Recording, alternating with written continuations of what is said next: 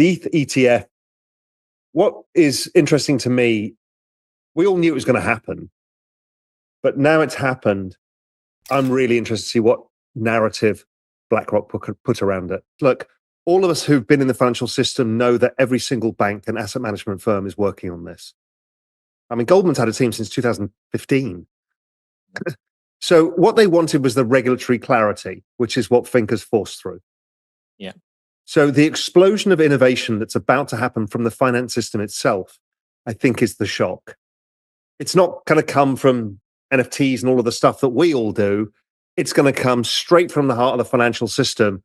And before you know it, they're tokenizing everything, as Larry said, and they've all been desperate for this.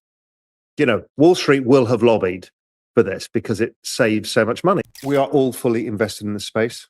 So the only capital is rotating from Bitcoin or Sol into ETH. We've seen a bit of that. I think that will continue. You know, by pure luck, I've been following the ETH Bitcoin cross for a while, and we got these new kind of trade idea templates on the Real Vision platform. They're just in beta test right now. And I tested one out on Saturday and put my whole thesis about the ETH Bitcoin cross, and it's exploded higher. So, I mean, that was pure luck. But I think that there's no new capital coming into the space right now. Now, if we think of it in terms of broader macro picture, the business cycle is only just picking up. Earnings are just picking up for companies. So we're not flush with cash in the real economy. Yes, some stocks have gone up and crypto's gone up, but not all crypto either, as we know. You know, there's been quite a decent amount of divergence, as there is over the crypto spring. It is going to have to come from the ETF. And then it'll be all-time highs is going to be the driver. In fact, all you need actually is Bitcoin to hit all-time highs, then Sol will go, ETH will go. I think that brings NFTs alive. It brings alt season. It recycles capital. It brings those 80 million dead Coinbase accounts back into activity.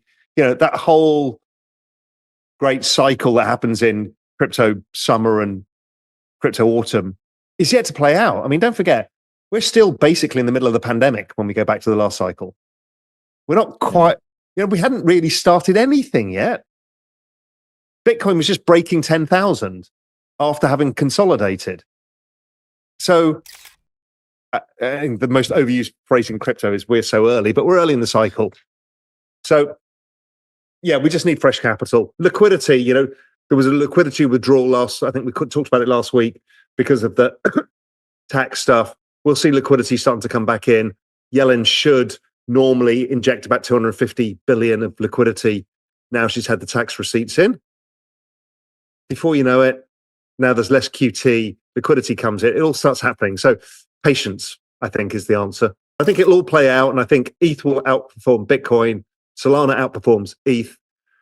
The risk curve works in the normal way, and there'll be whatever the bonkers side looks like. It'll be the memes. This side will be the stupid, crazy end of the market this time around. The NFTs were last time around, and it'll just function normally as a risk curve. I think we're very close to that moment, super close. I keep explaining a story to everybody that I think is super valuable for people to understand. There's a friend of mine was running fixed income, currencies, commodities, and treasury at National Australia Bank, and he's just retired. And I'm like, well, what have you been up to last few years? He goes, I've been building Stablecoins. I'm like, why? He goes, yeah, in euros, in Aussie dollar stablecoins, euro Aussie, euro US, euro whatever, Canadian, UK. I'm like, why? He's like, nobody realizes. I think it's next week. Fucking US goes T+1 equity settlement. Wow. FX markets are T+2. Yeah. Australia is T+3 because of the time zone. He's like, we're going to have to give tens of billions of dollars to our brokers to settle trades. And that takes from our regulatory capital, and they'll offer us zero interest rates on it. So we're forced to use stablecoins. I'm like, oh, of course. That's a massive use case. I think Canada goes to T+1, and I don't know, the UK and Europe are as well. So that's a big deal. Just simply from that. Somebody said, good luck, Elizabeth Warren, in building an anti-crypto army. You're going up against millions of people who are motivated by their own future, the financial future, and they understand the power of memes. Like, that is very difficult to go up against. Yeah. And Trump saw that.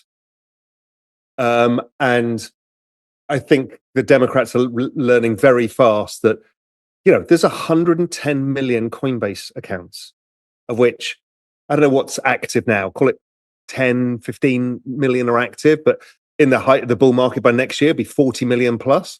You are not going to piss off those people and tell them they can't have a financial future and win an election. Zero chance. I'll just give a background on what crypto's like in Cayman. For us in Cayman, we have, because of all of the funds are here and all of the foundations, we have great infrastructure, regulatory clarity, everything else.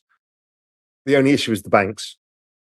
The banks don't like it. I've never even brought crypto money back in. But the issue is, because Cayman is always under such a massive spotlight for anti-money laundering and KYC, AML, taxation stuff, which is fine.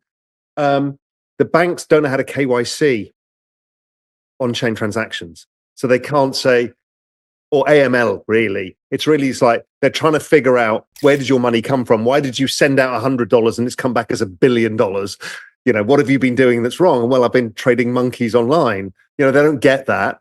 And if you say, well, here's my proof of transaction history, they're like, we don't understand any of this. So that's the only issue for us here. Other than that, it's very pro